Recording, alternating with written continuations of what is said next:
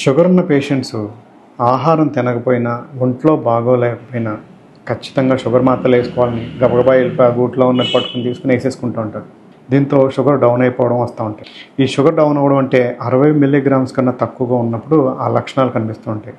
ఈ మొదట్లో ఏంటంటే కొంచెం టెన్షన్గా అనిపించడం, తలనొప్పి కనిపించడం, నుదుటి చెమట పట్టడం, నీరసంగా అనిపించడం ఉంటాయి.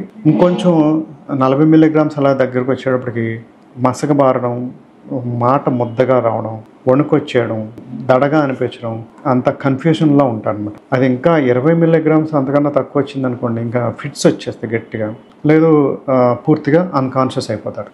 ఇలా అవుతున్నాయంటే షుగర్ డౌన్ అవ్వడం అన్నమాట. ఇమ్మీడియట్గా మనం ఏం చేయాలి? తెలివిగా ఉంటే వెంటనే పంచదార నోట్లో వేయాలి. కాదు, ఒక 25% కానీ 50% డెక్స్ట్రోజ్ వెంటనే ఒక నరానికి ఇచ్చేయాలి.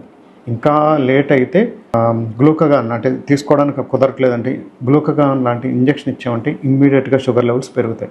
సో నెక్స్ట్ నుంచి ఎప్పుడు ఎక్కడ ఉన్న ఆహారం స్కిప్ అయినా, ఒంట్లో బాగోకపోయినా డాక్టర్ని అడిగి, అంటే ఉపవాసాలు ఉన్నా ఇలాంటివి ఏమైనా ఉంటే మాత్రం ఆ షుగర్ మాత్రలు స్కిప్ చేయడం చాలా మంచిది. లేకపోతే డౌన్ అయిపోయే ప్రమాదం ఉంటుంది. అందులోనూ గ్లబెన్క్లమైడ్ లాంటి షుగర్ మాత్రలు చాలా ఎక్కువ రోజులు డౌన్ అయిపోతూ ఉంటాయి అన్నమాట. సో చాలా జాగ్రత్తగా ఉండాలి. Please take care.